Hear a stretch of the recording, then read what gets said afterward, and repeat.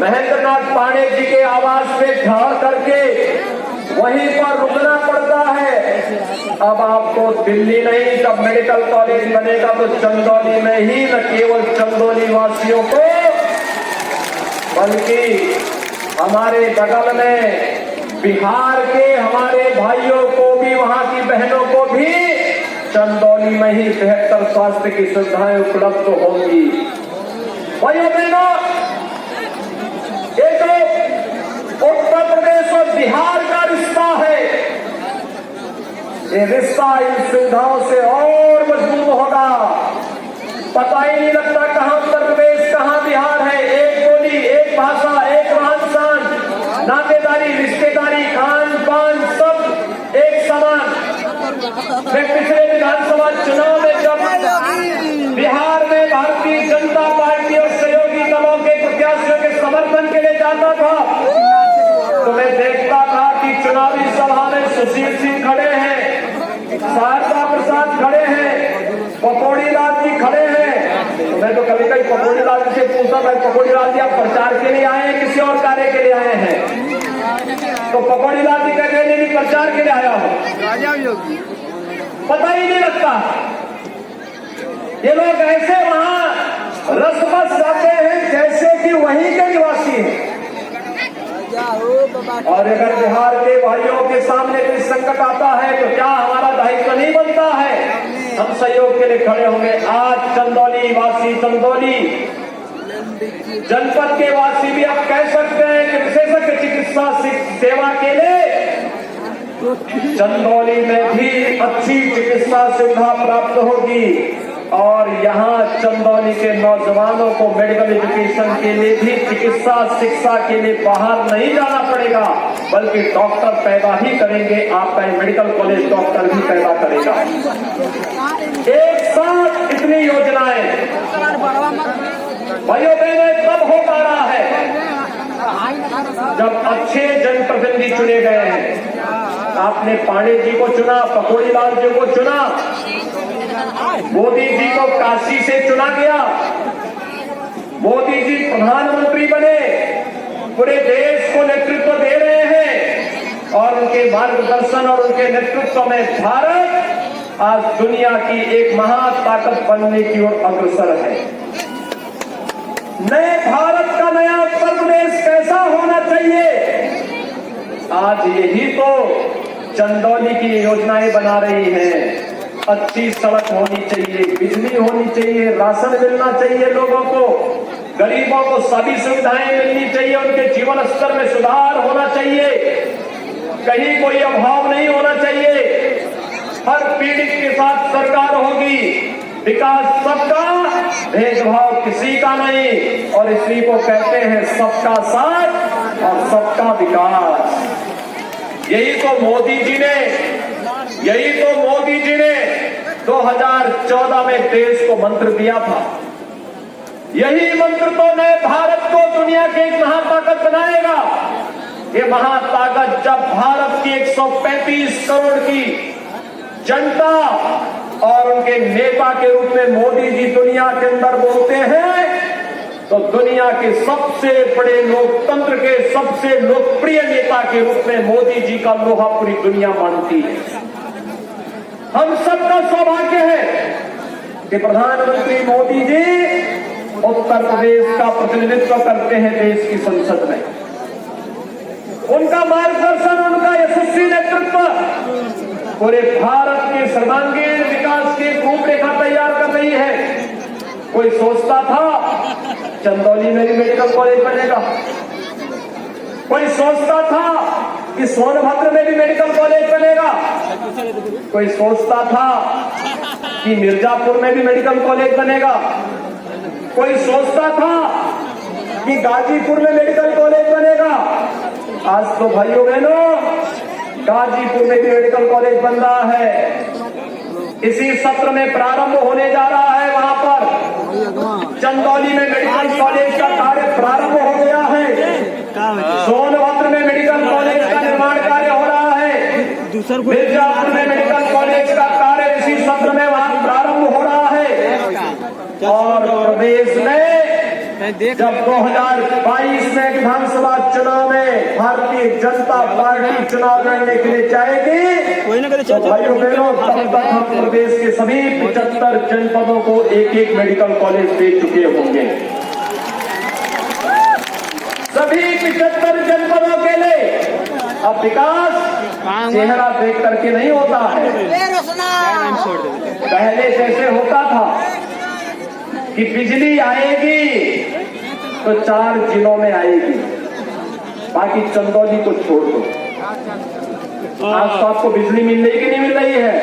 अरे बोलो, बिजली मिल रही थी? अच्छा मुझे बताओ, ये कोरोना कालखंड में राशन मिल रहा है कि नहीं मिल रहा है?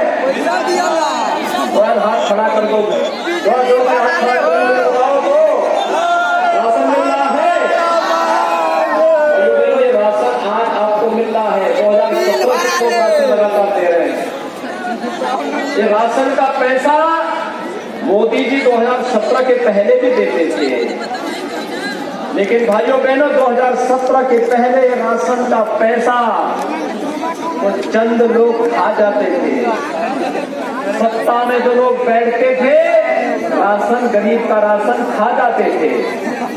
केवल जाति के नाम पर समाज को बांटना, पर्व और त्योहारों में दंगा करवा देना, बिजली से आम जनमानस को वंचित करवाना, विकास के कार्यों में बंदर बांट कर देना और आम जनमानस को कोई सुविधा न दे करके उसको उसके हाल में छोड़ देना, यही तो विकास की पहली पहचान थी।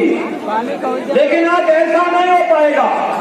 आज तो सरकार ने तय किया है हम प्रदेश के नौजवानों को नौकरी और रोजगार की गारंटी देंगे। 4.5 वर्ष में भाइयों बहनों 4.5 लाख नौजवानों को सरकारी नौकरी उत्तर प्रदेश में दी। 1 करोड़ 61 लाख नौजवानों को रोजगार की सुविधा से जोड़ा गया और 60 लाख नौजवानों को और उद्यमियों को परंपरागत स्वतः रोजगार के साथ जोड़ करके बैंकों के साथ जोड़ने का कार्य नहीं किया गया। आज कोई नौजवान के जीवन के साथ खिलवाड़ नहीं कर सकता। आज नौकरी निकलती है, मेरिट के आधार पर चंदौली का नौजवान भी नौकरी पाता है। पहले नौकरी की नीलामी होती थी, यही नौकरी बिकती थी। सपा बसपा के समय में यही तांडव होता था। लेकिन आज नौकरी पे कोई डकैती डालेगा तो उसको मालूम है कि अगर नीलाम करने का प्रयास करेगा तो उसके घर परिवार बिक जाएगा, लेकिन गरीब के साथ और नौजवान के साथ कोई खिलवाड़ नहीं कर पाएगा। पहले भाइयों बहनों यही गरीब का राशन ये सब खा जाते थे। आज मालूम है गरीब के राशन पर अगर कोई डकैती डालेगा तो उसकी जगह जेल होगी, जेल। गरीब के राशन पर कोई डकैती अब नहीं डाल सकता। अब तो हमने ई-पॉस मशीन भी हर कोटे की दुकान में लगा दी है।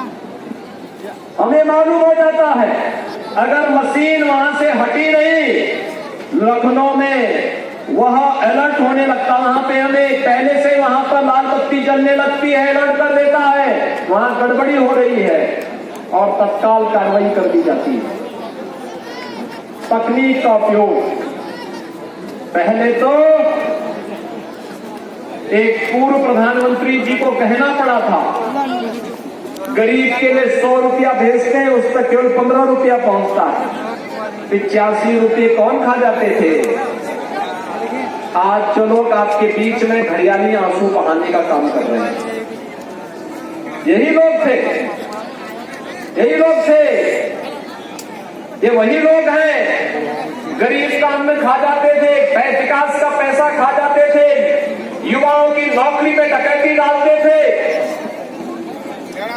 गरीबों के मिलने वाले मकान नहीं मिल पाते थे, शौचालय नहीं मिल पाते थे, बहन बेटियों को सड़क के किनारे जाना पड़ता था। लेकिन आज हर गरीब को एक एक शौचालय मोदी जी ने दिया, हर गरीब को प्रधानमंत्री आवास मोदी जी ने दिया, हर गरीब के घर में बिजली की रोशनी मोदी जी ने दी। हर गरीब के घर में उज्ज्वला योजना का रसोई गैस का सिलेंडर मोदी जी ने उपलब्ध करवाया है। और भाइयों बहनों, कोरोना काल हमने अपने देखा होगा, जो लोग अन्य प्रदेशों में थे, दिल्ली के अंदर और महाराष्ट्र के अंदर और कांग्रेस शासित राज्यों के अंदर क्या व्यवहार हो रहा था आप लोगों के साथ। लेकिन जब हमारे सामने समस्या आई, हमने कहा कि नहीं, वो हमारा नागरिक है, हम उसको अपने प्रदेश में बुलाएंगे। और मोदी जी ने ट्रेन उपलब्ध कराई, हमने बसें उपलब्ध कराई, एक साथ अपने लोगों को उत्तर प्रदेश में लेकर के चले आए। हमने कहा बाध्यता समाप्त करो, हर एक का राशन कार्ड बनाओ, सबको राशन देने लग गए, सबको भोजन की व्यवस्था करने लग गए और सबको उनके घरों में ही ये सुविधाएं उपलब्ध करवानी शुरू कर दी गई। सरकार की नीयत साफ होनी चाहिए और उस नियत के साथ, नेक नियत के साथ जब सरकार कार्य करती है तो भाइयों बहनों उसके सार्थक परिणाम सामने आते हैं। और आज जब चंदौली में मैं आया हूं, चंदौली तो वैसे भी बहुत मशहूर धरती रही है। दानापुर और सैयद राजा के उन अमर बलिदानियों को कौन विस्मृत कर सकता है, जिन्होंने देश की आजादी के लिए अपना सर्वस्व न्यौछावर कर दिया था। और चंदौली तो अघोरेश्वर बाबा कीनाराम जी की पावन भूमि है, बाबा अवधूत राम जी की पावन भूमि है।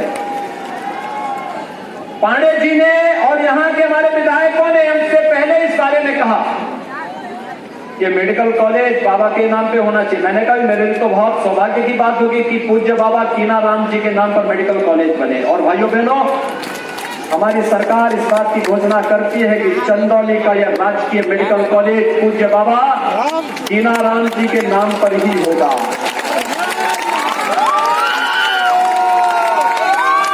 पूज्य बाबा कीनाराम जी के स्मृतियों को हम समर्पित करते हैं। उनकी कृपा इस जनपद में, इस क्षेत्र में बराबर बनी हुई है, उनकी कृपा बनी हुई है। वे परम आध्यात्मिक विभूति थी, उनकी विभूतियों की चर्चा आज भी होती है। और इसलिए भाइयों बहनों, मैं गया था, दीन दुखियों, वंचितों, अति पिछड़ों के प्रति उनके मन में कितना अनुराग था। हर व्यक्ति ऐसा मानता था जैसे बाबा हमारे हैं। बाबा के प्रति अनुराग, उनके प्रति उनकी सिद्धियों ने न जाने कितने लोगों के जीवन में परिवर्तन ला दिया था। और आज भी जब बाबा कीनाराम जी का समारोह होता है, कितनी श्रद्धा के साथ लाखों की संख्या में हर गरीब, हर वंचित, हर तबके का व्यक्ति आकर के बाबा की समाधि में जाकर के प्रार्थना करता है, मन्नत मांगता है, पूजा करता है। और बाबा की वो कृपा आज भी सूक्ष्म रूप से निरंतर सबके ऊपर बनी हुई है। मैं धन्यवाद दूंगा डॉक्टर महेंद्र नाथ पांडे जी को, मैं धन्यवाद दूंगा सुशील सिंह जी को, मैं धन्यवाद दूंगा शारदा सिंह जी को, शारदा प्रसाद जी को, श्री पकौड़ी लाल जी को, जिन्होंने पूज्य बाबा की स्मृति को चंदौली में भव्य मेडिकल कॉलेज के निर्माण के लिए समर्पित किया है। और भाइयों बहनों, यह हम सबका सौभाग्य है।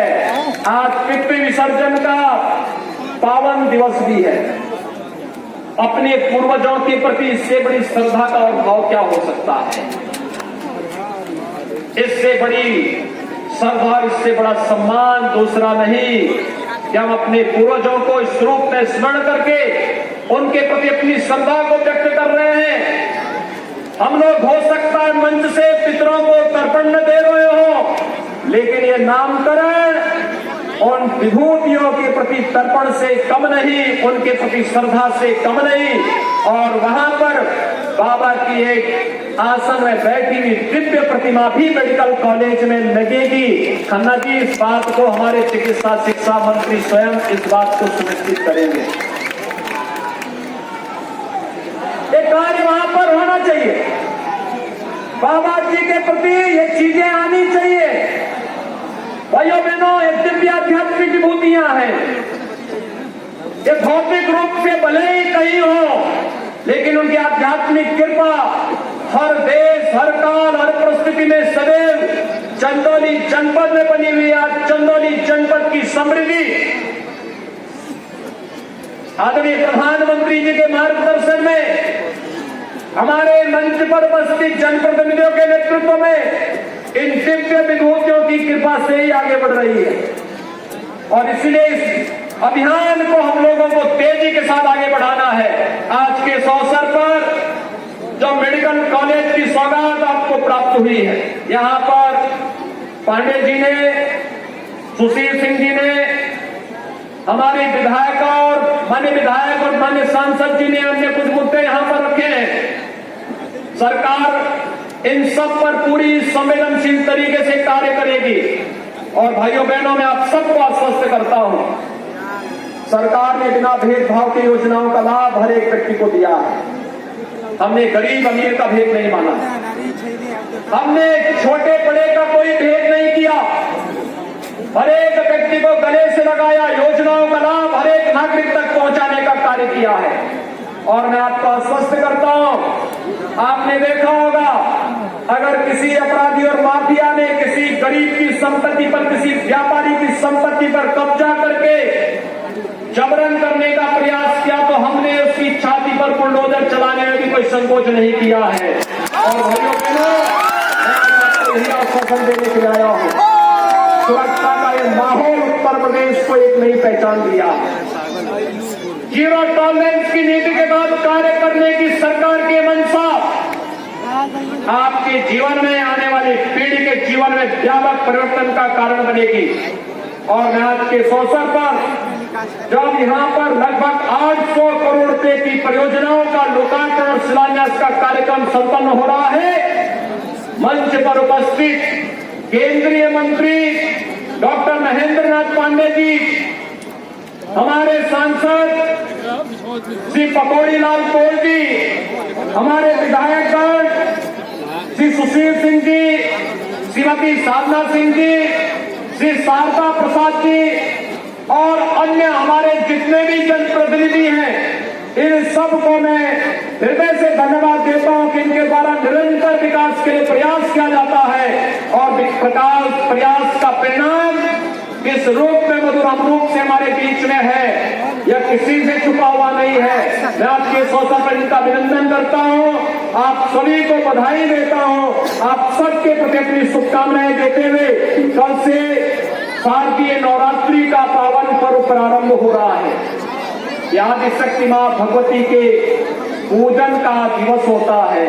और भाइयों बहनों, शारदीय नवरात्रि के अवसर पर आप सबके प्रति मैं अपनी हार्दिक बधाई देता हूं, विजयादशमी की अपनी शुभकामनाएं अग्रिम रूप से चंदौली जनपद के वासियों को देता हूं, सभी कार्यकर्ता भाइयों बहनों को देता हूं। धन्यवाद, जय हिंद। आप सब मेरे साथ बोलेंगे, हर